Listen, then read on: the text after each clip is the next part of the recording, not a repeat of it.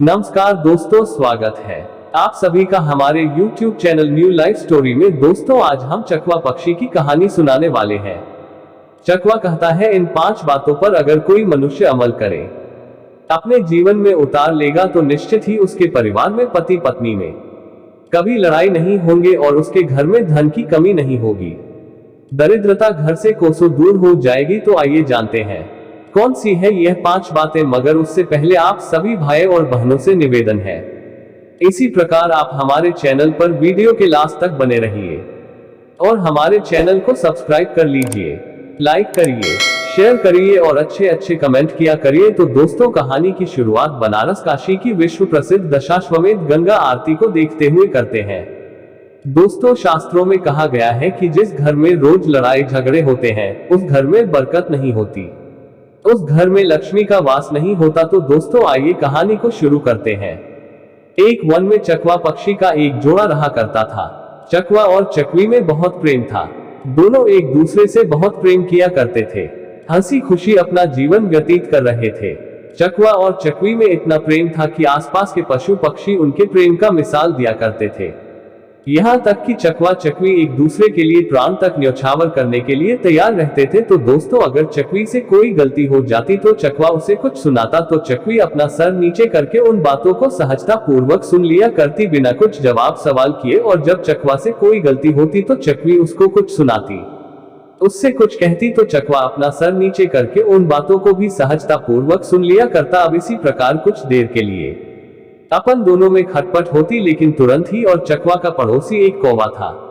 कौवा का अपने पत्नी से हमेशा हर बात पर झगड़ा हुआ करता था, लड़ाई हुआ करता था। उन दोनों में हमेशा क्लेश रहता था, कभी भी अच्छे से नहीं रहा करते। झगड़ा इतना कि मारपीट की नौबत आ जाती।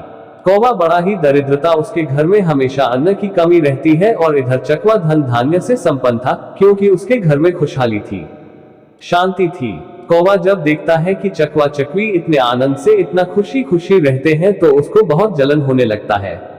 वह चकवा चकवी के इस शांति से, इस खुशी से बहुत ही जलने लगता है। कौवा सोचता है कि किस प्रकार मैं चकवा चकवी में फूट डालूं और इसके घर की शांति को भंग कर दूं। यह कैसे, किस प्रकार खुश है। कौवा सोचता कि हम लोग के घर हमेशा झगड़े होते हैं, लड़ाइयां होती हैं, खाने को कुछ नहीं रहता, भोजन पानी के लिए बिलबिल आते रहते हैं। और यह चकवा को देखो हमेशा मजे में रहता है, अच्छे से आनंद से खाता पीता है, अपनी पत्नी के साथ खुशी पूर्वक जीवन बिता रहा है। यह सब चीजें कौवा को देखी नहीं जाती और उसे बहुत ही ज्यादा जलन होती है। एक बात और, कौवा जो था उस चकवा का मित्र था। मित्र ही मित्र के बारे में इस तरह का सोच रख रहा था। उसके अंदर जलन का उसने सोच लिया कि अब मैं इस चकवा को शांति से रहने नहीं दूंगा। हम लोग के घर लड़ाई झगड़े होते हैं, तो यह कैसे शांति से रह सकता है। अब इसके घर में भी अशांति फैलानी है, इसका भी जीवन नर्क करना है। अब यह सोचकर वह कौवा इस जुगत में लग जाता है। और जब कभी चकवा घर पर नहीं रहता, तो कौवा चकवी के पास जाता और चकवा के बारे में उसके कान भरने लगता है और कहता, चकवी बहन, चकवा भाई आपसे बिल्कुल प्रेम नहीं करते, वह तो किसी और से प्रेम करते हैं। मैंने उन्हें कुछ देर पहले किसी अन्य से बात करते हुए देखा। अब कौवे की इस बात को सुनकर चकवी को बिल्कुल भी भरोसा नहीं होता, उसके बात को नहीं सुनती और उसके बात को इसी तरह हवा में उड़ा देती है। जब कभी चकवा अकेला रहता तो फिर कब उसके पास जाता और कहता, चकवा भाई बहन आपसे प्रेम नहीं करती, क्योंकि वह किसी अन्य से प्रेम करती है। मैंने आज ही चकवी बहन को किसी और से बात करते हुए देखा। अब चकवा यह सुनकर हंसते हंसते इन बातों को टाल देता है और उस बात पर बिल्कुल भी भरोसा नहीं करता। अब इसी प्रकार कौवा बारी बारी से उन दोनों में फूट डालने की कोशिश करता, लेकिन चकवा चकवी का प्रेम इतना अमर था कि दोनों एक दूसरे पर विश्वास किया करते थे, किसी की बातों में नहीं आते थे। अब इस प्रकार कौवा जब अपनी चाल चलकर हार जाता है, तब फिर वह नई तरकीब निकालने लगता है। वह सोचता है, अब इससे कुछ नहीं होगा, मैं भी इन दोनों में देखता हूँ किस तरह झगड़ा नहीं होता। अपनी पत्नी को इस काम में लगाने के लिए योजना बनाता है। अपनी पत्नी से कहता है कि अगर तुम घर में सुख शांति चाहती हो तो तुम्हें मेरा एक काम करना होगा। अगर तुम चकवा और चकवी के बीच मनमुटाव पैदा कर दो, उनमें झगड़ा लड़ाई करवा दो, तो निश्चित ही मैं तुमसे कभी लड़ूंगा नहीं, कभी झगड़ा नहीं, हम दोनों प्रेम से रहेंगे। हम लोग के घर में कभी लड़ाई नहीं होगा, कभी तो कुछ तो मेरे लिए तैयार नहीं होती है, लेकिन अपने घर में सुख शांति के इच्छा से वह भी कौवे के बाद में आ जाती है और कहती है, अगर तुम मुझसे लड़ाओगे नहीं, झगड़ोगे नहीं तो मैं यह कार्य करने के लिए तैयार हूं। कौवा कहता है कि जब भी तुम्हें समय मिले, जब भी मौका मिले, तुम चकवी बहन का कान भर देना, उसके मन में चकवा भाई के प्रति मनमुटाव डालते रहना, और मुझे भी जब तुम्हें मिलेगा, जब भी मौका देख लूंगा, चकवा के मन में चक्री के प्रति नफरत करता रहूंगा। अब दोनों यही बात करके अपने अपने काम में लग जाते हैं। जब चकवा चकवी के साथ नहीं रहता तो कवि जो थी, चकवी के पास बैठकर उसे कहने लगती कि मैंने आज चकवा भाई को कहीं जाते हुए देखा, वह किसी से बात कर रहे थे, मैंने उन्हें किसी से बात करते हुए देखा। वह आपसे प्रेम नहीं करते हैं, अन्य से प्रेम करते हैं, आपसे प्रेम नहीं करते। अब तक भी इन बातों पर यकीन नहीं करती है। अब उधर कौवा भी इसी जुगत में लगा रहा। वह भी चकवा से कहता रहता है कि मैंने चक्री को किसी से बात करते हुए देखा, वह आपसे प्रेम नहीं करती, किसी अन्य से प्रेम करती है। अब इसी प्रकार लगातार बार बार कौवा और कवि चकवा चकवी की मन में यह सारी गलत चीजें डालने लगते हैं। दोस्तों, अगर एक ही बात को किसी के सामने बार बार कहा जाए तो धीरे धीरे ना चाहते हुए भी उसके अंतर्मन में यह बातें जाने लगती हैं, और उस चकवा और चकवी के साथ ऐसा ही होता है। अब लगातार यही बातें सुनते सुनते चकवी को लगने लगता है कि कौवी बहन मेरा भला चाहती है, अगर उसने देखा है तभी तो मुझसे ऐसे कह रही है, वह मेरा भलाई चाहती है, मुझे सचेत करना चाहती है, इसीलिए मुझसे इतना हमें, इसीलिए मेरे सामने हमेशा यही बात कहती रहती है कि वह मुझसे प्रेम नहीं करते, किसी और से प्रेम करते हैं। उसके मन में धीरे धीरे यह बातें बैठने लगते हैं कि उसका पति उससे प्रेम नहीं करता, किसी अन्य से प्रेम करता है। और उधर यह बातें धीरे धीरे बैठने लगती हैं कि चकवी मुझसे प्रेम नहीं करती, किसी अन्य से प्रेम करती है। क्योंकि कौवे द्वारा लगातार बार बार कहे जाने से अब चकवा के दिमाग में भी यह सारी चीजें ना चाहते हुए भी अंतर्मन से आने लगती है। अब धीरे धीरे करके चकवा और चकवी में मनमुटाव होने लगता है, और एक भी ऐसा आता है कि चकवा बातों ही बातों में चकवी को कह देता है, अरे तुम तो किसी अन्य से प्रेम करती हो, मैंने तुम्हें उससे बातें करते हुए देखा। अब तक चकवी को भी गुस्सा आता है, जब भी कहती है मैंने भी तुम्हें किसी अन्य से बात करते हुए देखा, तुम भी मुझसे प्रेम नहीं करते।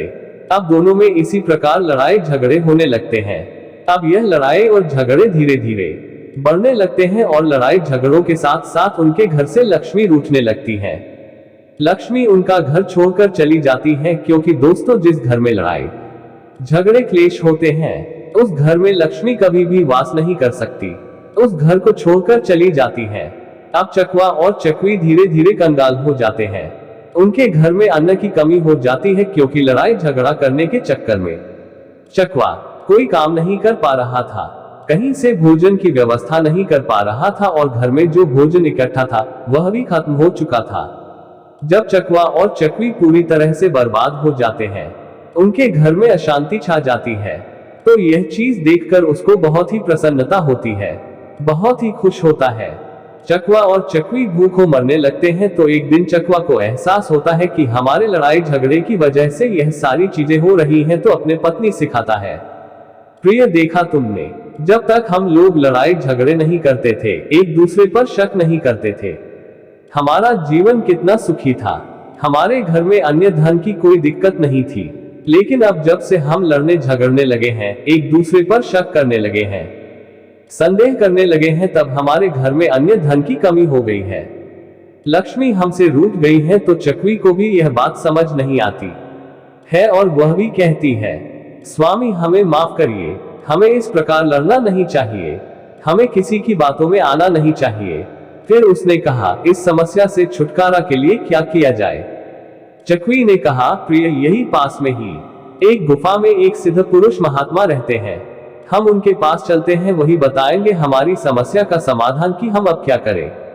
अब यह सोचकर चकवा और चकवी उस महात्मा के पास चले जाते हैं, उस गुफा में जाते हैं और महात्मा को प्रणाम करके बैठ जाते हैं। महात्मा ने जब उनके आने का कारण पूछा, तब चकवा की आंखों में आंसू आ जाते हैं, दोनों पति और पत्नी रोने लगते हैं, एक एक करके सारी व्यथा चकवा उस महात्मा को सुना देता है। तब महात्मा ने कहा, चकवा मेरी बातों को ध्यान से सुनना। मैं ऐसी 5 बातें बताता हूं जिसे तुम अपनी जिंदगी में, अपने जीवन में अमल करोगे, और जो भी मनुष्य इन 5 बातों को अपने जीवन में अमल करेगा, इस रास्ते पर चलेगा, तो निश्चित उसके घर में कभी लड़ाई झगड़े नहीं होंगे, उसके घर में कभी धन की कमी नहीं होगी, उसके घर से लक्ष्मी कभी रूठ कर नहीं जाएंगे, उसके घर से दरिद्रता हमेशा कोसों दूर रहेगी। इसके बाद महात्मा ने कहा, पहली बात, जो तुम्हारे जानने वाले होते हैं, सगे संबंधी होते हैं, जो तुम्हें अच्छे से समझ रहे होते हैं, जो तुम्हें अच्छे से जान रहे होते हैं, वही तुम्हारा जड़ काटते हैं। यह बात सच है। जो व्यक्ति तुम्हारे पहचान का होता है, तुम्हारा अपना होता है, ज्यादातर वही लोग आपके जड़ों को काटते हैं। घर का भेदी लंका ढाई है, वही आपके दुखों और समस्याओं का कारण होता है। तो इसलिए कभी भी अपने करीबियों को अपनी राज की बात, अपनी गुप्त बातें कभी मत बताना। और दूसरी बात, अपने मित्र के सामने धनी होने का दिखावा मत करना। अपने मित्र के सामने अपनी बड़ाई और दिखावा करोगे कि मैं इतना अधिक धनवान, तो वह मित्र आपके बारे में गलत धारणा बना लेगा। अगर पहले वह सोच रहा होता है कि आप अच्छे हो, लेकिन यह झूठी बातें सुनकर वह आपसे दूर होने लगेगा और आपसे झगड़ा करने लगेगा। इसलिए अपने मित्र के सामने धनी होने का दिखावा मत करो। और तीसरी बात, अन्य दूसरे के कहने पर कभी विश्वास नहीं करना चाहिए। जब तक आप अपनी आंखों से देखना, तब तक उन बातों पर विश्वास नहीं करना चाहिए। अगर किसी ने आपके कान को भर दिया है, आपके अपनों के प्रति मनमुटाव पैदा कर दिया है, तो आप बिना कुछ जाने सुने उस चीज पर बिल्कुल भी विश्वास ना करिए। कहीं कहानी सुनी सुनाई बातों पर ना आए। और चौथी बात, अपनों पर शक करना विनाश को नेता देता है। अगर आप अपनों पर शक करेंगे तो निश्चित ही आप विनाश के कगार पर पहुंच जाएंगे। चाहे वह पति पत्नी, पिता पुत्र, माता पिता, इन पर कभी शक मत करना। आप गैरों पर शक कर सकते हैं, लेकिन अपनों पर नहीं। और पांचवी बात, कभी भी बिना बुलाए किसी भी समारोह उत्सव में नहीं जाना चाहिए। अगर आपको किसी ने न्योता नहीं दिया है, नहीं बुलाया है, तो इसी तरह आप उस पर हक जताते हुए वहां मत पहुंच जाए। इस तरह आपके सम्मान को ठेस पहुंचेगी, आपके मान सम्मान में कमी आ जाएगी। कहा गया है, बिन बुलावे चाइना और बिन निर्दलीय खाएना। बिना बुलाए कहीं जाना नहीं चाहिए और बिना निमंत्रण दिए कहीं खाना नहीं चाहिए। अगर व्यक्ति ने आपको खाने पर पूछा है, तो खुशी खुशी उस खाने को ग्रहण करिए, उस भोजन का सम्मान करें। अगर व्यक्ति ने आपको खाने पर नहीं बुलाया है, तो आप उस पर ताला लगाते हुए उस भोजन को ना करें तो ही अच्छा है।